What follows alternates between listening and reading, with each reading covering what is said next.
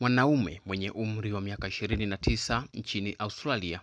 anashikiliwa na jeshi la polisi mara baada ya kukamatwa akijaribu kuingia kwenye meli ya kitalii kwa kutumia njia isiyo rasmi, kwa njia ya kutumia kamba, wakati meli hiyo ikiwa imetia nanga kwenye fukwe za Sydney. Katika video ambayo imesambaa kwenye mitandao ya kijamii ikimuonesha mwanaume huyo wakati akijaribu kupanda kwenye meli hiyo, huku askari wakifanya jitihada za kumwokoa, ambapo maafisa wa polisi nchini humo wamethibitisha kutokea kwa tukio hilo, ambapo wamesema mtu huyo bado anashikiliwa na jeshi la polisi. Aidha, maafisa wa usalama wamesema kwamba mwanaume huyo anakabiliwa na mashtaka matatu, ambayo ni kuingia katika eneo la wazi la meli ikitia nanga bila kukaguliwa, kuingia eneo la nanga lisiloruhusiwa mtu yoyote kuingia eneo hilo, na kuingia eneo la maji hatarishi. Langu jina ni Ruben Faris na hii ni Pius Media.